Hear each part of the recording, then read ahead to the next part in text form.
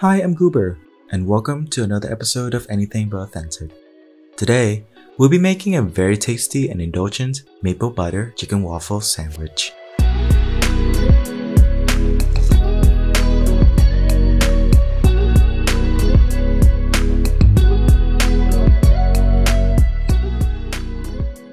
Let's start our recipe with making the pickled radish.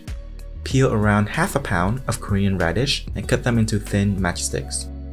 If you cannot find Korean radish in your local supermarket, feel free to use daikon radish instead.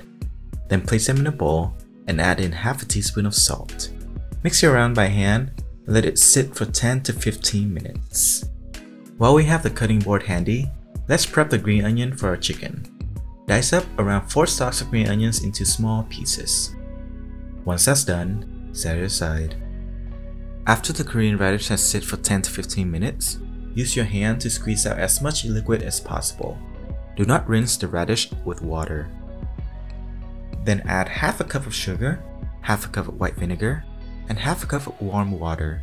Mix until all the sugar has dissolved. Then transfer it into a covered container and let it sit for at least an hour, up to 48 hours. The longer you let it sit, the better the taste.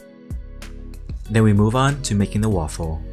In a bowl, combine 2 cups of all-purpose flour, 1.5 tablespoons of baking powder, 2 tablespoons of granulated sugar, and half a teaspoon of salt.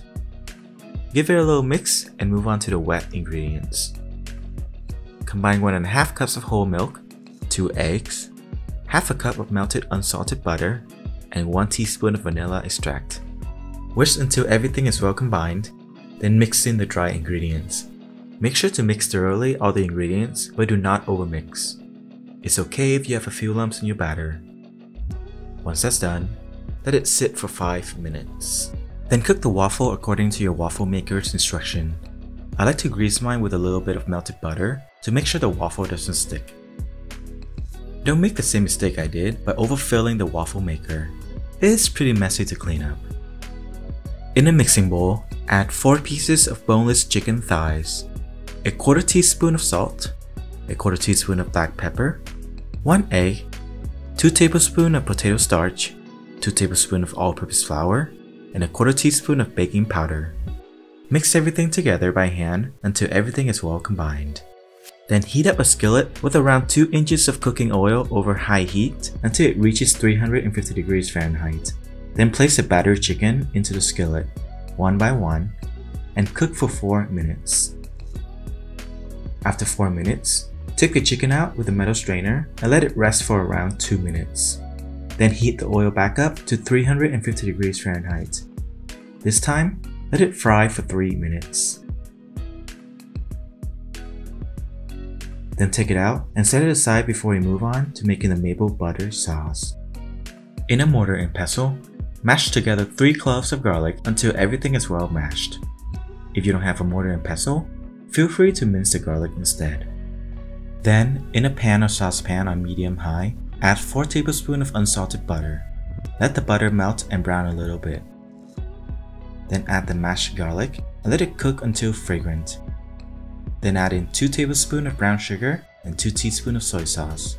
Give it a little stir, then turn off the heat and add in 4 teaspoons of maple syrup and continue stirring. Once everything is well mixed, set it aside. Then, in a bowl, mix together a piece of fried chicken with the maple butter sauce, making sure to coat both sides. Sprinkle some sesame seeds on there for good measures. Then take out 2 pieces of waffle and place the coated chicken on one. Follow that up with a good amount of green onions, then carefully place some pickled radish on top. Finish it up with a couple squirts of sriracha.